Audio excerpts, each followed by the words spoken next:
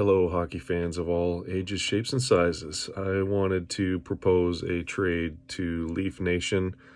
Um, this one's going to be a stinger for Matthews fans. What I would do just before I'll say the trade is I go to Matthews.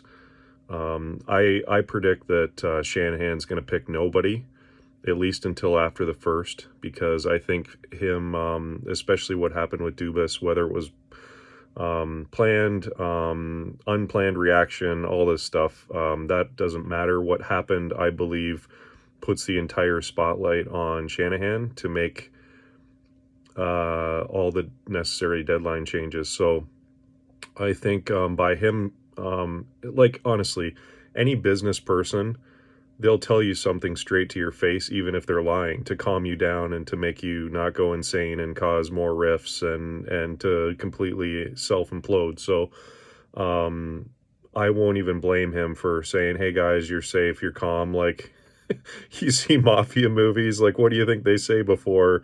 The Sopranos before they go in that car ride. You know what I mean? Anyhow, I'd ask Matthews. I'd say, "What do you want? What's your term? How long? Are you willing to sign a bridge deal for 3-4 years until you're beyond our Tavares, Marner contracts?" I'm not going to talk about Willie's contract specifically. Will you sign a 3 to 4 year bridge deal at 12.7? If the answer is no, you call up the Winnipeg Jets and you say, "I've got a trade for you. The Hart Trophy of last year for your Vezina goalie of 2020. And along with that, you give us your, I believe it was the 18th, 17th or 18th overall pick in the first round, Kyle Connor." So Austin Matthews is roughly going to sign for about $13 million. Those two players are worth $13 million.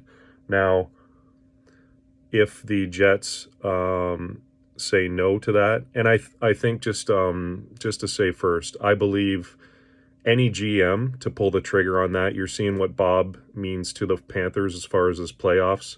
3-0, I could probably predict right now that it's going to be a Vegas Panthers final, VGK. So I think a lot of people will say, Vegas has more firepower and stuff, but look what the Panthers have done to every single team that has firepower, right? They've just literally neutralized them into nothing with hitting, living with close games. So my prediction is Panthers in 6. And I mean, yeah, there's always a chance it's near zero for both Carolina and Dallas, unfortunately. But I mean, it'd be kind of exciting to see that happen if it was too. So realistically, because I'm posting this now, it's on top of mind. I will say that it's probably going 6 games. In my impression, it'll be to the Panthers just from the goaltending and stuff with Bob. It's been sensational. So, yeah, I would do that. And the last thing I'll say is I met Adam Lowry. I believe we were both at Joe Cool's in London, Ontario. It was in the summer. I think it was like 2018. He was a smaller time player. I didn't know who he was right away, but we were talking. I was talking with his entourage. A couple guys played junior and stuff like that, and just saying, "Yeah, I played with Jumbo and love hockey and stuff." And he walks up to me and he said, "Hey, do you know Adam Lowry?" And I'm like, "Do you know Adam Lowry?" He said a couple times. I said, "No." And I said, "Are you him?" And he's like, "Yep." So anyways, he was such a cool guy. And after that, I followed him. I saw his hilarious post-game interview of around that time where he just said we were like a yard sale out there. It was totally funny. The guy's got a great sense of humor.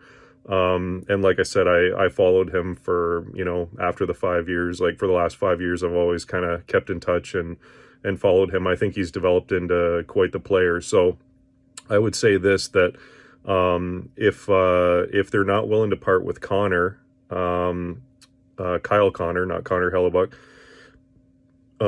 maybe you look at a guy like with grit and fight and stuff like that. Like, he's a total playoff performer, like a guy like Adam Lowry for a piece with Hellebuck. So if you look at Hellebuck, Lowry plus Winnipeg's first round, which I believe this year is number 18. So you could end up picking up a player for the future like a Kyle Connor. So I would say, to me, those are the two deals, and Austin Matthews stays in the Canadian market. Good for hockey. I know I've commented about him going to Arizona because of the hometown thing.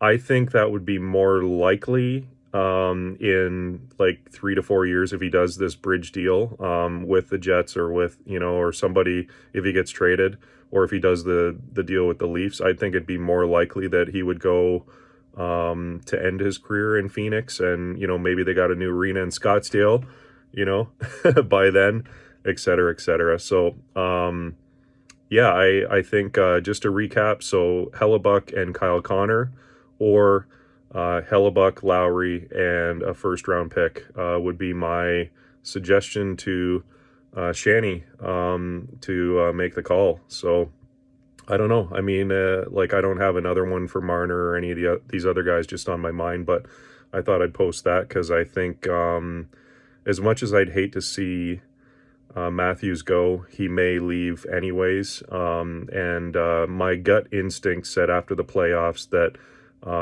he's an awesome guy, a great shooter and stuff, but a Selke-like forward can just shadow him in the playoffs. And I think if Toronto wants to win right now, they have to look at trading him, in my opinion. So yeah, what do they do? And who knows if it doesn't work out in Winnipeg or something like that. I think Winnipeg has the pieces actually to pull off a deal like that. Yeah, like maybe Hellebuck goes back to Winnipeg in 4 years. Maybe Matthews comes back to Toronto in 4 years, or he goes to Phoenix or whatever. So I don't know. It'd be a sad day in Leaf Nation, I think, to see Matthews gone. But I think if you're put in that position where he says no, I don't think you really have a choice but to move him. And I mentioned all the draft picks and things. The more I think about this, it's I think what would realistically work is like a Hellebuck type deal, and with big pieces alongside him, because if the Leafs want to win the cup, Samsonov's great. There's huge questions around Wall. He looks good, but I mean, such a small sample size. So if you go with Hellebuck and Samsonov as your backup, holy crap. With like a guy like Lowry and Connor alongside that on your front end, you got some goals for, you got some grit and toughness on the other side. Gives you more cap space to bring back O'Reilly and Achari and some of these other guys. Look out, Leafs. So we'll see what happens.